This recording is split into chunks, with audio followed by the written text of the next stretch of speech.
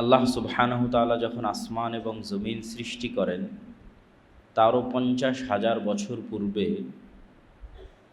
আল্লাহ সুবহানাহু তাআলা তাকদীর লিপিবদ্ধ করেছেন।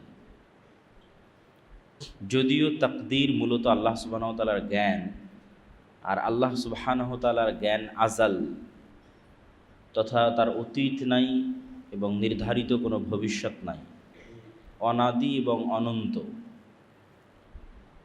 তো যেহেতু আল্লাহ সুবহানাহু তাআলার জ্ঞানই তাকদীর, সেহেতু তাকদীর আসমান এবং জমিন সৃষ্টির 50,000 বছর পূর্বে লিখিত হয়েছে। কিন্তু যেহেতু তাকদীর জ্ঞান, সেহেতু তাকদীরের আসলে কোনো সময় নাই। কিন্তু আল্লাহ সুবহানাহু তাআলার অসীম এবং অনন্ত জ্ঞান থেকে আসমান এবং জমিন সৃষ্টির 50,000 বছর পূর্বে আল্লাহ সুবহানাহু তাআলা আসমান এবং জমিন সংক্রান্ত যে তাকদীর, সেটি লাওহে মাহফুজে লিপিবদ্ধ করেন। এবং লেখা মানে সবসময় আমরা যেভাবে হাতে কলমে লিখি এটিই হতে হবে, এটি ভুল ধারণা। যেমন আমরা আজ থেকে 20-30 বছর আগে হাতে কলমে লিখতাম, এখন কম্পিউটারে লিখতেছি, মোবাইলে লিখতেছি। তো কম্পিউটার এবং মোবাইলের লেখা তো ধরা যাচ্ছে না, মেমোরি কার্ডের মধ্যে থেকে যাচ্ছে, হার্ড ডিস্ক হার্ড ড্রাইভের মধ্যে থেকে যাচ্ছে।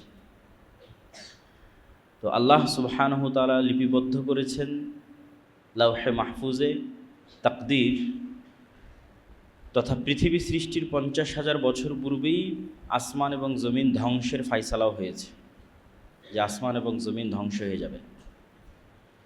এবং আসমান এবং জমিনের মধ্যে যা কিছু আছে তার সকল কিছু প্রমাণ বহন করে যে আসমান এবং জমিন একদিন ধ্বংস হবে। সেই প্রমাণটা হচ্ছে আসমান এবং জমিনের মধ্যে যা কিছু আছে তার কিছুই স্থায়ী নয়, সেটা মানুষে বানাক অথবা আল্লাহ সুবহানাহু তাআলার সৃষ্টি হোক। আল্লাহর সৃষ্টি গাছ হোক, অথবা আল্লাহর সৃষ্টি ছাগল ভেড়া মহিষ হোক, অথবা মানুষের তৈরি বিল্ডিং বাড়িঘর ব্রিজ কালভার্ট সেতু যেটি হোক না কেন, সবই একদিন না একদিন ধ্বংস হয়ে যায়। যেহেতু পৃথিবীর প্রতিটি সৃষ্টি পরিবর্তনশীল এবং একটা সময় পরিবর্তনের মাধ্যমে ধ্বংস হয়ে যায়, সেহেতু আলটিমেটলি পৃথিবীও একদিন ধ্বংস হবে। এবং এটিকেই বলা হয়েছে কিয়ামত। তো কিয়ামতের পূর্ব মুহূর্তে কিছু ফিতনা সংঘটিত হবে। সেই ফিতনাগুলোর মধ্যে সবচেয়ে বড় ফিতনা হচ্ছে দাজ্জালের ফিতনা। দাজ্জালের ফিতনা কেন সবচেয়ে বড়, এটি বুঝাও খুবই জরুরি, যে দাজ্জালের ফিতনা কেন সবচেয়ে বড় ফিতনা। আদম আলাইহিসসালাতু ওয়াসসালাম যে ফিতনায় পা দিয়েছিলেন, নূহ আলাইহিসসালাতু ওয়াসসালামের কওম যে ফিতনায় পা দিয়েছিল,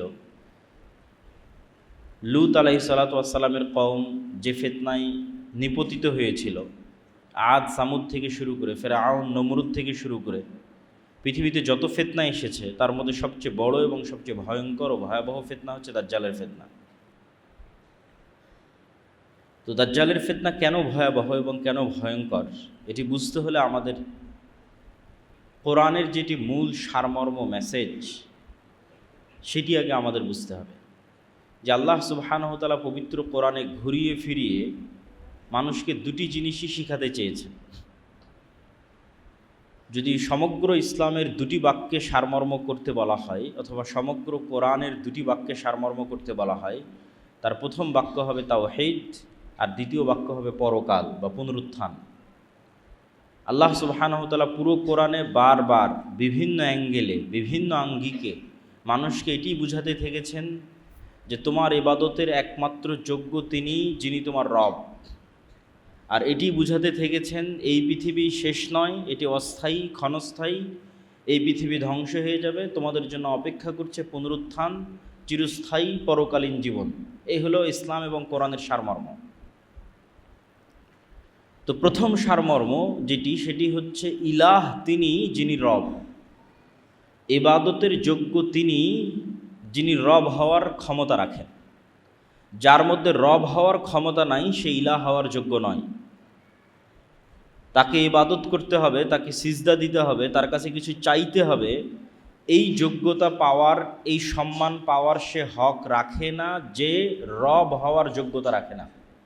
তাহলে রবকে, এটি আল্লাহ সুবহানাহু ওয়া তাআলা কোরআন মাজিদে বিভিন্ন আঙ্গিকে বিভিন্ন অ্যাঙ্গেলে তুলে ধরতে থেকেছেন যে আমি রব, এই যে আমি এই পারি, এই কারণে আমার ইবাদত করতে হবে। আর তোমরা যত বাতিল ভ্রান্ত ইলাহের ইবাদত করো তারা এগুলো পারে না। যেমন কয়েকটা উদাহরণ হিসেবে যদি তুলে ধরি, আল্লাহ সুবহানাহু ওয়া তাআলা বিভিন্ন জায়গায় বলবে আসমান থেকে বৃষ্টি বর্ষণ করে কে, আসমান জমিন সৃষ্টি করেছে কে, পৃথিবীতে পাহাড় স্থাপন করেছে কে, পৃথিবীতে নদী নালা প্রবাহিত করেছে কে। তো এই যে নদী নালা প্রবাহিত করা, পাহাড় স্থাপন করা, বৃষ্টি বর্ষণ করা, আসমান জমিন সৃষ্টি করা, এগুলো রব হওয়ার আলামত, যোগ্যতা, যে এগুলো যে করতে পারে সে ইবাদতের যোগ্য। তো তোমরা বলো এগুলো কে করেছে? তোমরা যদি বলো এগুলো আল্লাহ করেছে তাহলে ইবাদতের যোগ্য আমি। আর তোমাদের বাতিল ইলাহ যারা আছে তাদেরকে জিজ্ঞেস করো তারা এগুলো করতে পারে কিনা। এবং আল্লাহ সুবহানাহু ওয়া তাআলা প্রশ্ন করতে করতে, চ্যালেঞ্জ দিতে দিতে এত ছোট চ্যালেঞ্জও দিয়েছেন যে তোমরা আমাকে ছাড়া যত বাতিল ইলাহের ইবাদত করো তাদেরকে বলো একটা মশা বা একটা মাছি বা একটা পিঁপড়া সৃষ্টি করতে পারে কিনা। ওয়াহুম ইখলাকুন, সৃষ্টি করা তো বহু দূরের কথা, ওরা নিজেরাই সৃষ্টি। সেটা ঈসা আলাইহিস সালাম হোক, সেটা ঈসা আলাইহিস সালামের মা মারিয়াম আলাইহিস সালাম হোক, সেটা শাহজালাল শাহপরান হোক, সেটা মা কালী মা দুর্গা হোক, সেটা পৃথিবীতে আর যত কিছুর মানুষ ইবাদত করছে যেটি হোক না কেন, তাদের কারো একটি মশা, একটি মাছি, একটি পিঁপড়া সৃষ্টি করার সমপরিমাণ যোগ্যতা নাই, বরং তারাই সৃষ্টিজীব। তাহলে যার সৃষ্টি করার যোগ্যতা নাই সে রব নয়, যে রব নয় সে ইবাদত পাওয়ার যোগ্য নয়। এই মেসেজে, এই সংবাদে, এই যুক্তিতে কোরআন পরিপূর্ণ হয়ে আছে। আল্লাহ সুবহানাহু ওয়া তাআলা কোরআন মাজিদের আরও বহু জায়গায় বলেছেন যে তোমরা আমাকে ব্যতীত আর যাদের ইবাদত করো তারা একটা খেজুরের বিচির উপরে যে পাতলা আবরণ আছে, এই পাতলা আবরণের সমপরিমাণ মালিক কিনা। যে পৃথিবীর আমি এতটুকুর মালিক যে একটা খেজুরের বিচির উপরের যে পাতলা আবরণ আছে সেটার মালিক। এমনকি আল্লাহ সুবহানাহু ওয়া তাআলা প্রশ্ন ছোট করতে করতে এত ছোট প্রশ্ন করেছেন যে ঠিক আছে, তারা যদি খেজুরের বিচির পাতলা আবরণের মালিকানা দাবি করতে না পারে তাহলে তাদেরকে বলো যে তারা এটা বলুক যে তারা আসমান এবং জমিনের কোনো কিছুর মালিক নয়, এটা মানলাম, কিন্তু আসমান এবং জমিন সৃষ্টিতে আমাকে সহযোগিতা করেছে, আমার হেল্পার ছিল, এটা বলুক।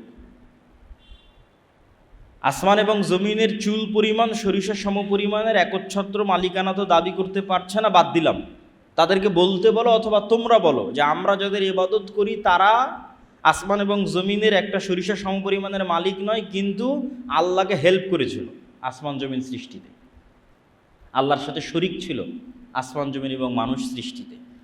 তো এই যে এইরকম যত যুক্তিতর্ক আল্লাহ সুবহানাহু ওয়া তাআলা কোরআন মাজিদে তুলে ধরেছেন, এগুলো সবগুলোর সারমর্ম কথা হচ্ছে সে ইলাহ হতে পারবে না যার রব হওয়ার যোগ্যতা নাই। কুল হুয়াল্লাহু আহাদ আল্লাহুস সামাদ লাম ইয়ালিদ ওয়া লাম ইউলাদ, যাকে কেউ জন্ম দেয়নি এবং তিনিও কাউকে জন্ম দেননি, এটা রবের চিহ্ন। তো এই ক্যাটাগরিতে তো সবাই বাদ পড়ে যাবে। আল হাইয়্যু আল কাইয়্যুম, চিরঞ্জীব, চিরস্থায়ী, মারা যায় না। কে আছে পৃথিবীতে যে মারা যায় না? সবই তো মরে গেছে। সেটা মারিয়াম আলাইহিস সালাতু ওয়াস সালাম হোক, আর মা কালী মা দুর্গা হোক, শাহজালাল শাহপরান হোক, সবাই তো মারা গেছে। তাহলে আল্লাহ সুবহানাহু ওয়া তাআলা রব হওয়ার যে ক্যাটাগরিগুলো দিয়েছেন, এই ক্যাটাগরিতে যে উত্তীর্ণ হতে পারবে না সে ইলাহ হওয়ার যোগ্যতা রাখে না। এত এই আলোচনা করার পিছনে কারণ কি? দাজ্জালের ফিতনা কেন ভয়াবহ? এই জন্য ভয়াবহ যে আল্লাহ সুবহানাহু ওয়া তাআলা এত যুক্তিতর্ক দেওয়ার পরেও এবং এক্সিস্টিং বর্তমান পৃথিবীতে যারা আল্লাহ ব্যতীত ইলাহের দাবিদার আছে তারা কেউই রব হওয়ার প্রমাণ দিতে না পারার পরেও পৃথিবীর কয়জন মানুষ তাওহীদের অনুসরণ করে? পৃথিবীর কয়টা মানুষ শিরক মুক্ত? পৃথিবীর 600 কোটি মানুষের মধ্যে কয়জন মানুষ আল্লাহ সুবহানাহু ওয়া তাআলার এই তাওহীদের স্বীকৃতি দিচ্ছে? না খ্রিস্টানেরা, না হিন্দুরা। আর মুসলমানদের মধ্যেও নামধারী পথভ্রষ্ট বিভ্রান্ত আছে যারাও এই তাওহীদের পরিপূর্ণ বাস্তবায়ন করতেছে না। তাহলে রব হওয়ার যোগ্যতা প্রমাণ না দিতে পারার পরেও পৃথিবীর মানুষ বাতিল ইলাহের ইবাদত করতেছে, অথচ তারা রব হওয়ার প্রমাণ দিতে পারেনি। তাহলে সেই দিন কি হবে মানুষের, যেই দিন এমন বাতিল ইলাহের দাবিদার আসবে যে রব হওয়ারও প্রমাণ দিবে, সে তো দাজ্জাল। দাজ্জালের ফিতনা কেন ভয়াবহ?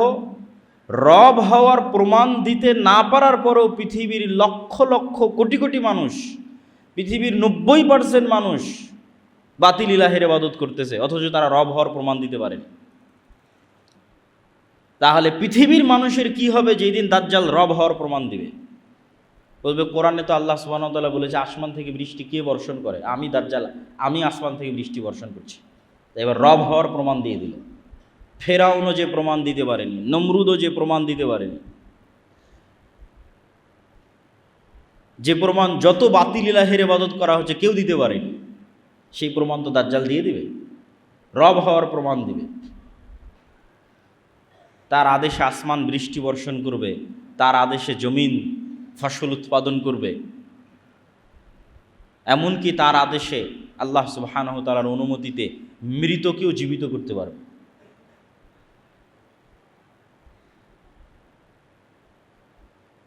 এই জন্য দাজ্জালের ফিতনা ভয়াবহ।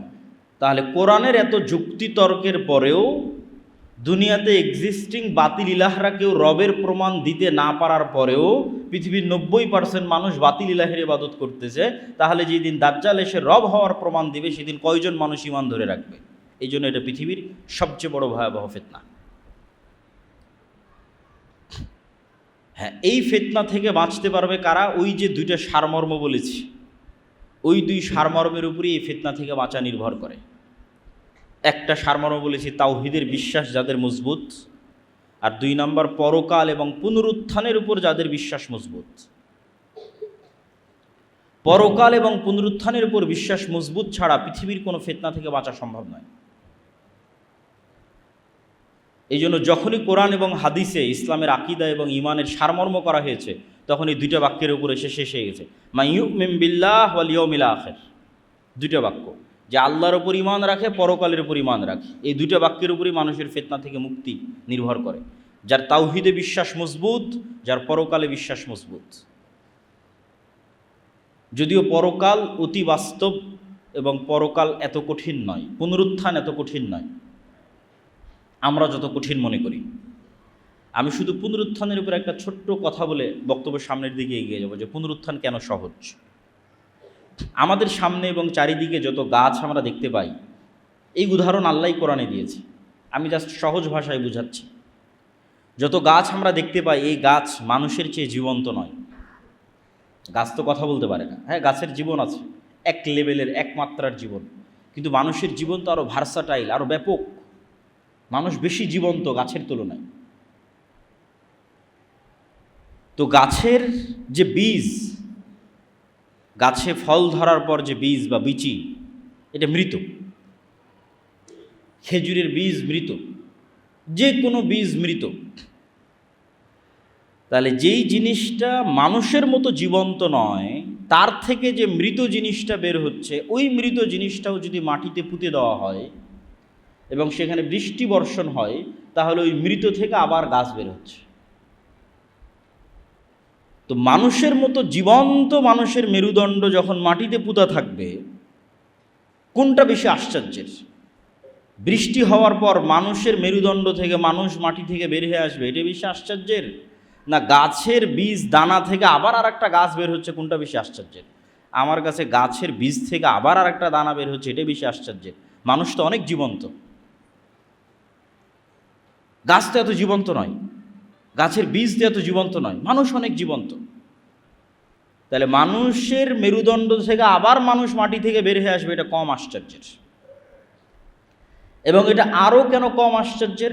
মানুষ তার পুরো শরীরে যা কিছু গ্রহণ করে বেঁচে আছে, তার প্রত্যেকটাই তাকে মাটি থেকে গ্রহণ করতে হয়। আমাদের শরীরের মধ্যে ম্যাগনেসিয়াম হোক, ক্যালসিয়াম হোক, ভিটামিন হোক, প্রোটিন হোক, ক্যালোরি হোক, যা দিয়ে আমাদের শরীরে কোষ তৈরি হচ্ছে প্রতিনিয়ত এবং আমরা জীবন্ত আছি, এই প্রত্যেকটা জিনিস আমাদেরকে মাটি থেকে নিতে হয়। যেমন আমরা কলা খাচ্ছি, এই কলাতে ম্যাগনেসিয়াম এবং ক্যালসিয়াম আমার শরীরের মধ্যে ঢুকতেছে, তো ওই কলা ম্যাগনেসিয়াম ক্যালসিয়াম কোথায় থেকে নিয়েছে? মাটি থেকে নিয়েছে। তাহলে আমার শরীরের মধ্যে যা ভিটামিন, প্রোটিন, ম্যাগনেসিয়াম, ক্যালসিয়াম আছে তার সব কিছু মাটির মধ্যে আছে। তাহলে আল্লাহ সুবহানাহু ওয়া তাআলা এখন আমার শরীরের মধ্যে যদি কোষ তৈরি করতে পারেন, কালকে এই সেম জিনিস থাকার কারণে কেন মাটির মধ্যে কোষ তৈরি হবে না? কেন হবে না? যেহেতু আমি সবই মাটি থেকে নিচ্ছি, তো সবই মাটি থেকে নেওয়ার পর আমার শরীরের মধ্যে কোষ তৈরি হচ্ছে, এবার আমি যখন মাটিতে চলে যাব সেখানে ওই সেম জিনিস থাকার পরে ওখানে কেন কোষ তৈরি হবে না? তো 1 সেকেন্ডের ব্যাপার, 1 মিনিটের ব্যাপার আল্লাহ সুবহানাহু ওয়া তাআলার জন্য। এই জন্য পুনরুত্থান অতি সহজ এবং অতি বাস্তব। তো যাদের ঈমান পুনরুত্থানের উপর মজবুত থাকবে এবং যাদের ঈমান আল্লাহর তাওহীদের উপর মজবুত থাকবে, তারা পৃথিবীর যে কোনো ফিতনা থেকে মুক্ত থাকতে পারবে, দাজ্জালের ফিতনা থেকেও মুক্ত থাকতে পারবে।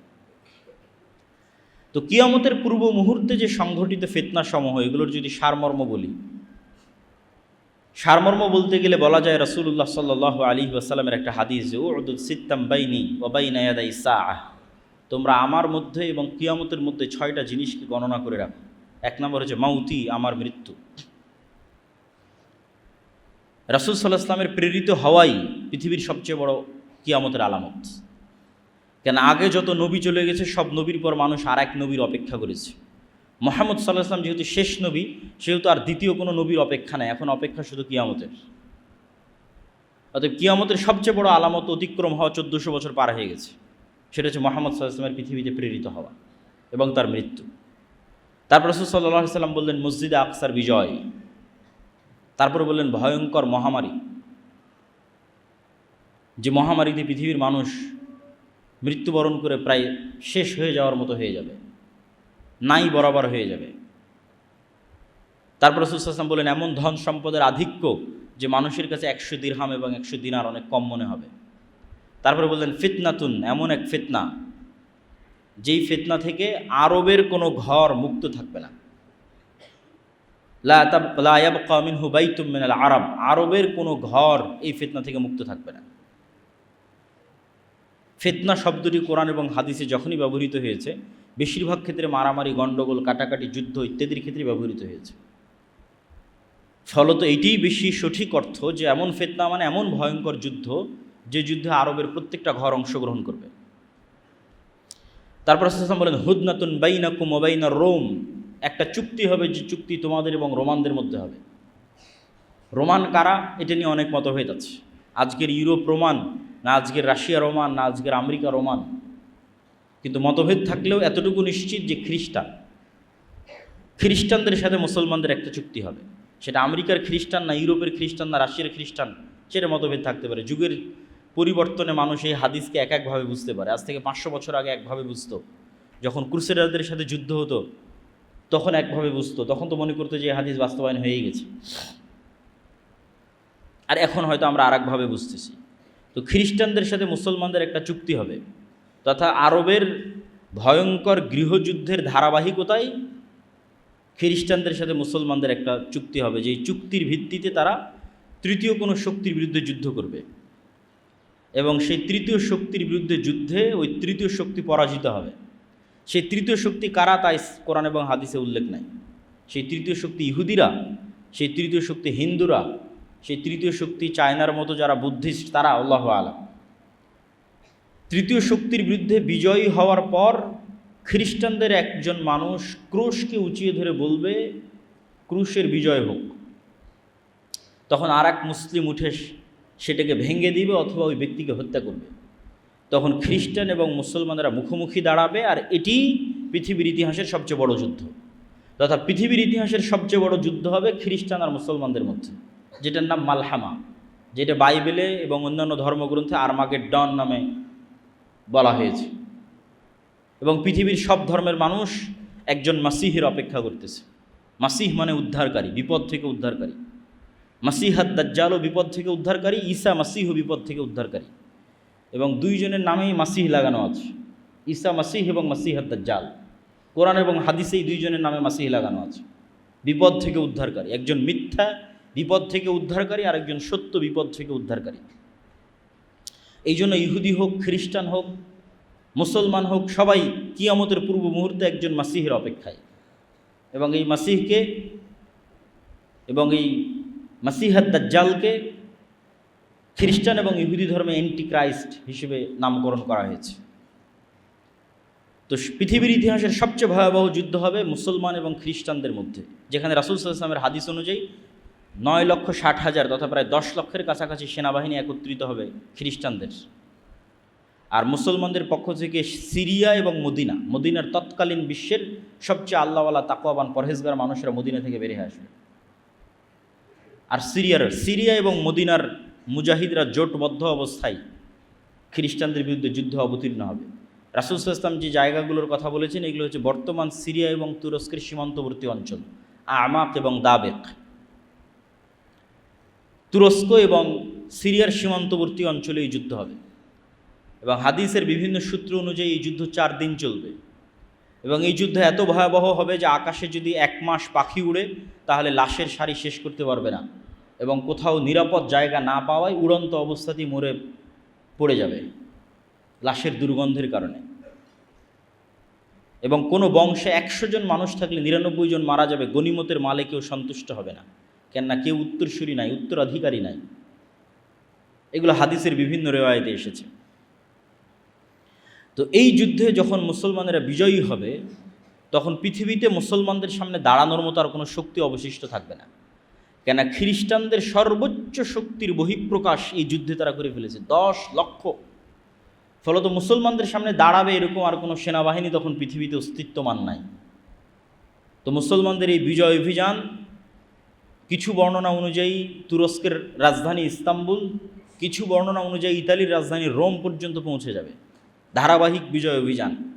এবং তার মধ্যে একটা শহর মুসলমানেরা বিজয় করবে অস্ত্র ছাড়াই, জানিবু মিনহাল বার ওয়া জানিবু মিনহাল বাহার, এমন এক শহর যার একদিকে সমুদ্র এবং একদিকে সমতল। ততদিন পর্যন্ত কিয়ামত হবে না, লা তাকুমুস সাআহ, ততদিন পর্যন্ত কিয়ামত হবে না যতদিন না বানু ইসহাকের 70,000 মানুষ এখানে যুদ্ধ না করেছে।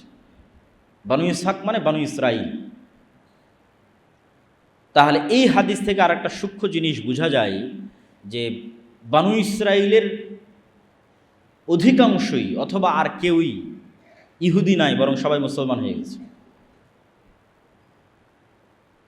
এবং আজকের যারা ইহুদি তারা জেনেটিক্যালি এটা প্রুফ করতে পারবে না যে তারা ইব্রাহিম আলাইহিসসালাতু ওয়াসসালামের সন্তান, কেন ইব্রাহিম আলাইহিসসালাতু ওয়াসসালাম সাদা চামড়ার নন, তথা ইউরোপ এবং আমেরিকার মানুষের গায়ের যে চামড়ার রং এটা ইব্রাহিম আলাইহিসসালাতু ওয়াসসালামের গায়ের চামড়ার রং নয়। ইব্রাহিম আলাইহিসসালাতু ওয়াসসালাম হচ্ছে নূহ আলাইহিসসালাতু ওয়াসসালামের ছেলে সামের বংশধর, আর সামের গায়ের চামড়ার রং হচ্ছে আরব বিশ্বের মানুষের গায়ের চামড়ার রং যেমন তেমন, মেটে সাদা, ধবধবে হলদেটে সাদা নয়। ধবধবে হলদেটে সাদা হচ্ছে ইউরোপ, শীতকালীন অঞ্চল, ইউরোপ, আমেরিকা, রাশিয়া, যারা নূহ আলাইহিসসালাতু ওয়াসসালামের সন্তান ইয়াফেসের বংশধর। তো যেহেতু ইব্রাহিম আলাইহিসসালাতু ওয়াসসালাম নূহ আলাইহিসসালাতু ওয়াসসালামের ছেলে সামের বংশধর, এই জন্য তার গায়ের রং বর্তমান আরব বিশ্বের মানুষের গায়ের রং যেমন তেমন। এই জন্য ঈসা আলাইহিসসালাতু ওয়াসসালামের গায়ের রং, মুহাম্মদ সাল্লাল্লাহু আলাইহি ওয়াসাল্লামের গায়ের রং সব কাছাকাছি একই। আর বর্তমান যারা নিজেদের ইহুদি দাবি করছে এবং ফিলিস্তিনে জোরপূর্বক জায়গা দখল করছে সব সাদা চামড়া। সুতরাং জেনেটিক্যালি এটা প্রুফ করা সম্ভব নয় যে তারা ইব্রাহিম আলাইহিস সালামের সন্তান। তাহলে ইসহাক আলাইহিসসালাতু ওয়াসসালামের বংশের 70,000 মানুষ মুসলমান অবস্থায় যুদ্ধ করবে এবং এমন এক শহর বিজয় করবে অস্ত্র ছাড়া। তো কিছু মুহাদ্দিস ব্যাখ্যা করেছেন এটা ইস্তাম্বুল এবং এই যুদ্ধের পরই বিজয় হবে, আর কেউ ব্যাখ্যা করেছেন এটা ইতালি। কেন কিছু জয়ীফ হাদিসে বর্ণিত আছে যে রাসূল সাল্লাল্লাহু আলাইহি ওয়াসাল্লামকে জিজ্ঞেস করা হলো যে মুসলমানরা আগে ইতালির রাজধানী রোম বিজয় করবে না কুস্তুনতুনিয়া বিজয় করবে। রাসূল সাল্লাল্লাহু আলাইহি ওয়াসাল্লাম বললেন আগে কুস্তুনতুনিয়া বিজয় করবে, তারপরে রোম বিজয় করবে। তো ওখান থেকে অনেকেই ব্যাখ্যা নিয়েছেন যে এটি হচ্ছে ইতালির রাজধানী রোম। এবং যুক্তিতে কেন টিকবে, আসলে এত বিশাল যুদ্ধের পর পৃথিবীতে আর মুসলমানদের সামনে দাঁড়ানোর মতো কোনো অস্তিত্বশীল শক্তি নাই।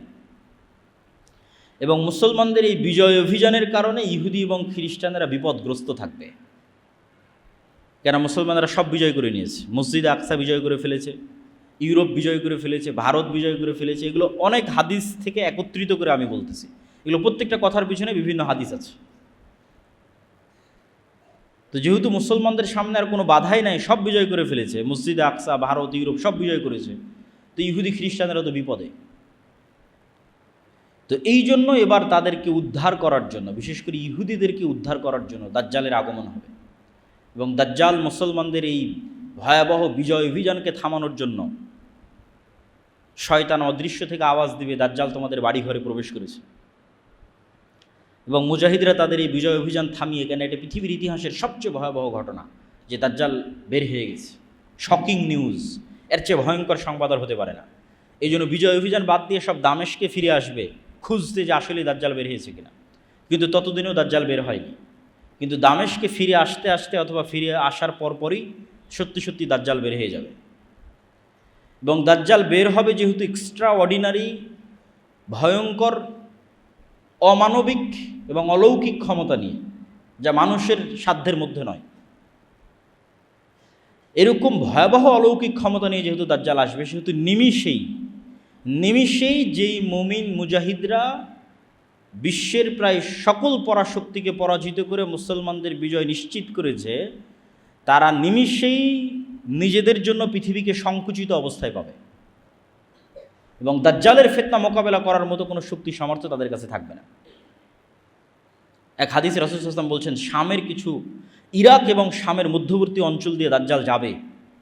যাওয়ার সময় কোনো এক শহরে গিয়ে বলবে, তোমরা আমার উপর ঈমান আনয়ন করো। তো ওই শহরের মানুষ ঈমান আনয়ন করবে, তখন ধন সম্পদ মৌমাছির চাকের সাথে যেভাবে ছুটে তাদের পিছনে সেভাবে ধন সম্পদ ছুটবে। আর শামের কোনো এক নগরীতে এসে বলবে, আমার উপর ঈমান আনয়ন করো, তারা ঈমান আনয়ন করবে না। তখন আসমান এবং জমিন, ফসল উৎপাদন, বৃষ্টি বর্ষণ এমনভাবে বন্ধ করে দিবে যে যেহেতু পরিপূর্ণরূপে বৃষ্টি এবং মাটি দুটোই পানি শূন্য হয়ে গেছে, ফলত এখানে আর ঘাসপালাও খাওয়ার সুযোগ নাই, ঘাস পাতা খাওয়ারও সুযোগ নাই। তখন একটাই সুযোগ, যেটা হাদিসেই বর্ণিত আছে, যে তাদের বাড়িতে রাখা বিভিন্ন কাঠের আসবাবপত্রকে চিবিয়ে চিবিয়ে সেখানকার মধ্যে থেকে রস বের করার চেষ্টা করবে। এত ভয়ঙ্কর দুর্ভিক্ষ দেখা দেবে। তাহলে দাজ্জাল আসার পরে মুমিন এবং মুজাহিদেরা বিপদে পড়ে গেল। তাহলে দাজ্জাল এসে কাদের উদ্ধার করলো? ইহুদি এবং খ্রিস্টানদের উদ্ধার করলো। এবার মুমিন এবং মুসলমান যারা আছে তাদেরকে বিপদ থেকে উদ্ধার করার জন্য ঈসা আলাইহিস সালাতু ওয়াস সালাম আসবে। দাজ্জালের 40 দিন অতিক্রম হওয়ার যখন শেষ হবে তখন, এবং ঈসা আলাইহিস সালাতু ওয়াস সালাম আল্লাহর পক্ষ থেকে আরও ব্যাপক অলৌকিক ক্ষমতার সাথে প্রেরিত হবেন, যার অলৌকিক ক্ষমতার বর্ণনা বিভিন্ন হাদিসে এসেছে যে তার নিঃশ্বাসে কাফের মারা যাবে, নিঃশ্বাস যত দূর যাবে কাফের মারা যাবে। দাজ্জালকে হত্যা করতে হবে না, ঈসা আলাইহিস সালামকে দেখলেই লবণের মতো, লবণ যেভাবে পানিতে পড়লে গলে যায় সেভাবে গলে যাবে, কিন্তু তারপরে ঈসা আলাইহিস সালাম তাকে হত্যা করবে। তো ঈসা আলাইহিস সালাতু ওয়াস সালামের আগমন এবং দাজ্জালের পৃথিবীতে আগমন, এই দুইটাকে অনেক নাস্তিক, অনেক হাদিস অস্বীকারী বিভিন্ন যুক্তিতে অস্বীকার করতে চায়। তামিম আদ-দারির হাদিসে দাজ্জালের বিশাল দেহের কথা বলা আছে, দাজ্জালকে দ্বীপের মধ্যে দেখতে পাওয়ার কথা বলা আছে। তো এখন তো বিজ্ঞানের যুগ, সারা পৃথিবী মানুষের নিয়ন্ত্রণে, কোথায় দাজ্জাল? আর দাজ্জালের এত বিশাল দেহ কীভাবে হয়, আর কেমনি বা ঈসা আলাইহিস সালাম আসমান থেকে নেমে আসবে? তো এটা বিশ্বাস করা অত কঠিন কিছু নয় যদি মানুষের আগের অতীতের নলেজ থাকে। অতীতের নলেজ কি? আদম আলাইহিস সালামই তো নিজে স্বয়ং আসমান থেকে নেমে আসা, তো নতুন ঘটনা নয়, তো পুরাতন ঘটনা। মুহাম্মদ সাল্লাল্লাহু আলাইহি ওয়াসাল্লাম নিজে আসমান সফর করে এসেছে। তাহলে বিশ্বাস অনুযায়ী আসমানে যাওয়া এবং আসমান থেকে আসা পৃথিবীতে কোনো নতুন ঘটনা নয়, পুরাতন ঘটনা। যদি নতুন ঘটনা হতো তাহলে বিশ্বাস করতে কষ্ট হওয়া স্বাভাবিক, পুরাতন ঘটনা বিশ্বাস করতে কেন কষ্ট হবে? আদম আলাইহিস সালামকে নিজে যেখানে হাদিসে বলা হচ্ছে তিনি 60 হাত, প্রায় 30-35 মিটার, প্রায় 10 তলা বিল্ডিংয়ের সমান উঁচু। তা আদম আলাইহিস সালাম নিজেই যদি 10 তলা বিল্ডিংয়ের সমান উঁচু হয়, তাহলে তার কোনো সন্তান বৃহৎ দেহের হওয়া এটা তো অস্বাভাবিক কিছু নয়, অসম্ভব কিছু নয়, ইললজিক্যাল কিছু নয়, অবাস্তব কিছু নয়। তাহলে অতীত সম্পর্কে নলেজ থাকলে এই জিনিসগুলোর উপর প্রশ্ন উত্থাপন করা অযৌক্তিক। এবং দাজ্জালকে যখন হত্যা করা হবে তখন আল্লাহ সুবহানাহু ওয়া তাআলা ঈসা আলাইহিস সালামকে বলবে, যেই ফিতনা ওই মুমিন মুজাহিদরা অতিক্রম করতে পারেনি, যারা বিশ্ব বিজয় করেছে, সেই ফিতনা বিজয় করলো ঈসা আলাইহিস সালাতু ওয়াস সালাম। এবার ঈসা আলাইহিস সালামকে বলা হচ্ছে এবার এমন ফিতনা বের হবে যা তুমিও পারবা না, তারা হচ্ছে ইয়াজুজ এবং মাজুজ। তুমি এখন মুমিন মুজাহিদদের নিয়ে তুর পাহাড়ে আশ্রয় নাও, তোমার পক্ষে সম্ভব নয় ফিতনা মোকাবেলা করা। তো ইয়াজুজ মাজুজও আদমের সন্তান, দাজ্জালও আদমের সন্তান, ঈসা আলাইহিস সালাতু ওয়াস সালামও আদমের সন্তান। দাজ্জালও কোনো দেশের নাম দাজ্জাল নয়, কোনো AI চ্যাট জিপিটি কোনো টেকনোলজির নাম দাজ্জাল নয়। দাজ্জাল মানুষ, আদমের সন্তান, এবং ইয়াজুজ মাজুজও মানুষ, আদমের সন্তান। ইয়াজুজ মাজুজের সংখ্যাধিক্যের পরিমাণ বুঝতে হলে রাসূল সাল্লাল্লাহু আলাইহি ওয়াসাল্লামের একটা সহিহ হাদিস মাথায় রাখতে হবে। আল্লাহর নবী বললেন, আদম সন্তানের প্রত্যেক 1099 জন জাহান্নামী। তো সাহাবীরা দুশ্চিন্তায় পড়ে গেলেন যে 1000-এ যদি 999 জন জাহান্নামী হয়, তাহলে তো আমরাও মানে আমাদের জান্নাতে যাওয়ার সম্ভাবনা কোথায়? তাহলে রিস্ক তো ভয়ঙ্কর, ভয়াবহ রিস্ক। 1000-এ 999 জন, একজন মাত্র জান্নাতে। তো রাসূল সাল্লাল্লাহু আলাইহি ওয়াসাল্লাম বলেন, দুশ্চিন্তার কিছু নয়, এই 999 জনের অধিকাংশই ইয়াজুজ মাজুজ। তাহলে 999 জনের কতজন ইয়াজুজ মাজুজ তা রাসূল সাল্লাল্লাহু আলাইহি ওয়াসাল্লাম বলেননি। যদি 900 জনও ইয়াজুজ মাজুজ হয় 999-এর, তাহলেও আদম থেকে নিয়ে কিয়ামত পর্যন্ত যা মানুষ আসবে তার অন্তত 900 গুণ হতে হবে ইয়াজুজ মাজুজকে। এখনকার পৃথিবীর 600 কোটি মানুষের 900 গুণ, কথা বলিনি। আদম থেকে নিয়ে কিয়ামত পর্যন্ত যা মানুষ, তার অন্তত 900 গুণ না হলে কেমনে 1000-এ 999-এর 900টা ইয়াজুজ মাজুজ হবে জাহান্নামে?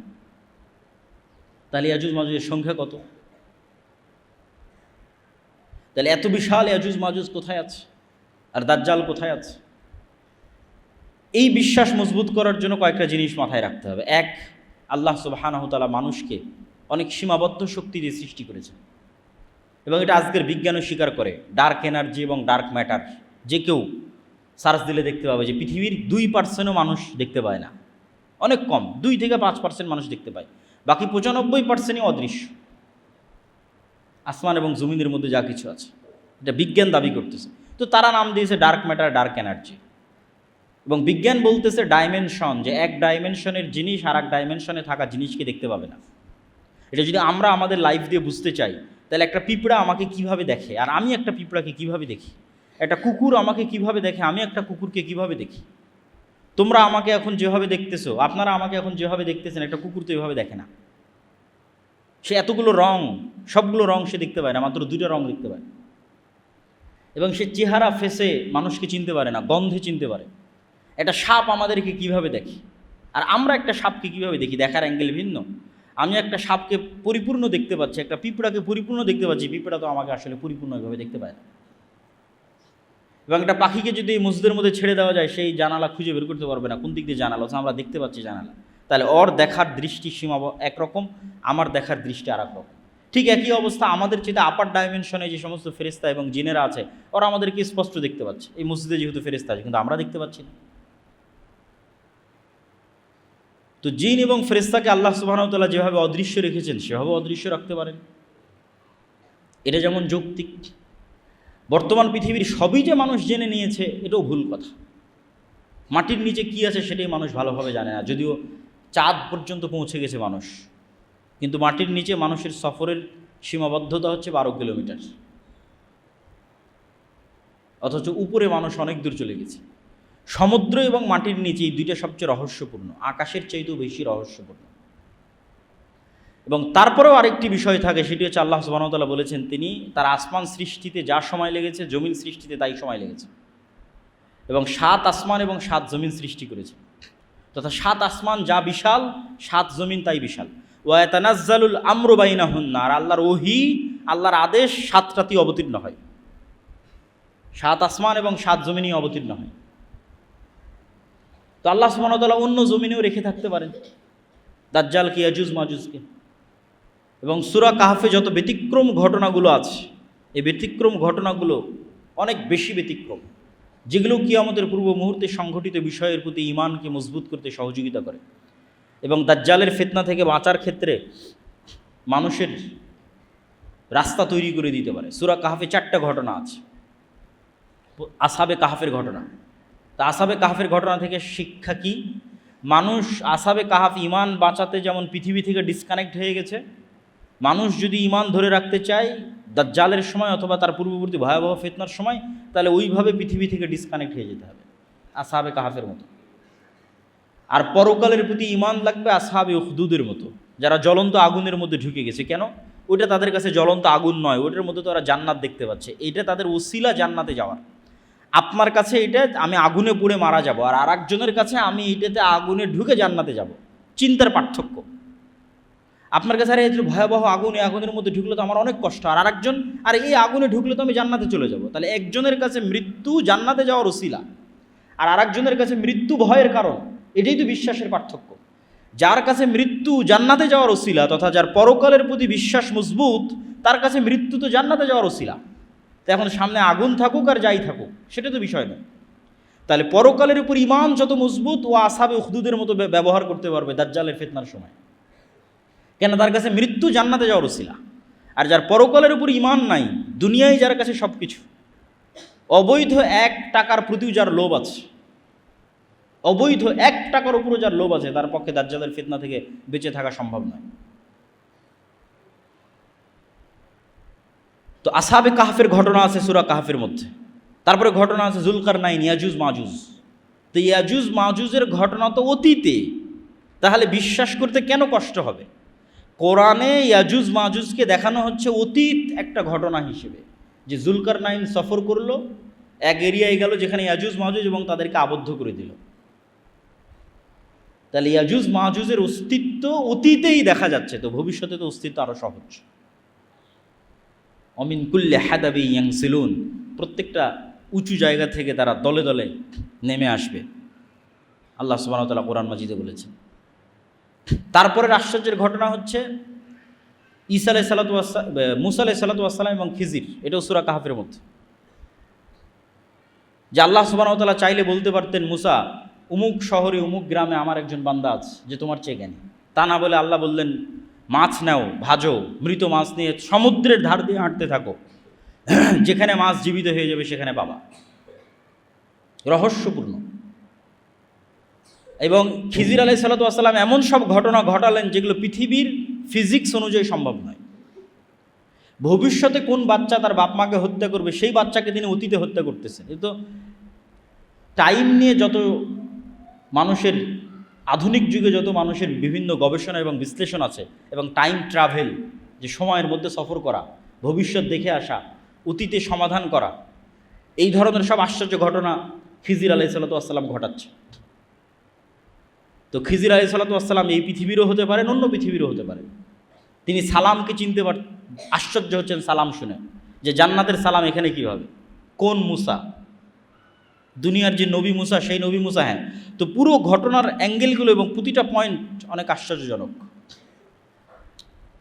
এবং শেষ পর্যন্ত বিদায়ও আশ্চর্যজনক।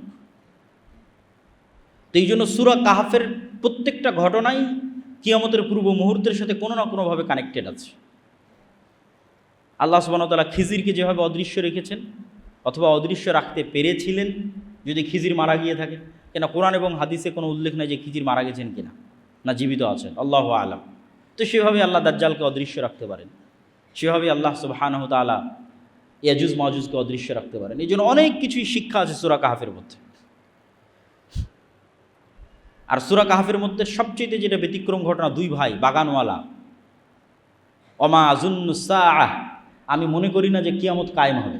এই জন্য বলেছি ইসলামের সারমর্ম তাওহীদ আর কিয়ামত। সে বিশ্বাস করে না যে কিয়ামত হবে, ওটাকেই আল্লাহ সুবহানাহু ওয়া তাআলা সূরা কাহফের মধ্যে শিরক হিসেবে উল্লেখ করছে। যে এক ভাই বিশ্বাস করে না কিয়ামত হবে, তখন আরেকজন বলতেছে আমি আল্লাহর সাথে শরীক করা থেকে পরিত্রাণ চাই। তো যাক, সূরা কাহফের উপর আরেকদিন বিস্তারিত আলোচনা করা যাবে। আমরা বক্তব্যের সারমর্ম এবং সংক্ষিপ্ত অবস্থার মধ্যে চলে আসি।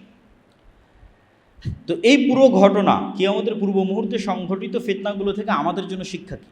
আমাদের জন্য 2টা শিক্ষা। এক, কবে হবে, কখন হবে, এইটার পিছনে পড়ে থাকা, এইটা কখনো কোরআন এবং হাদিসের দিক নির্দেশনা নয়।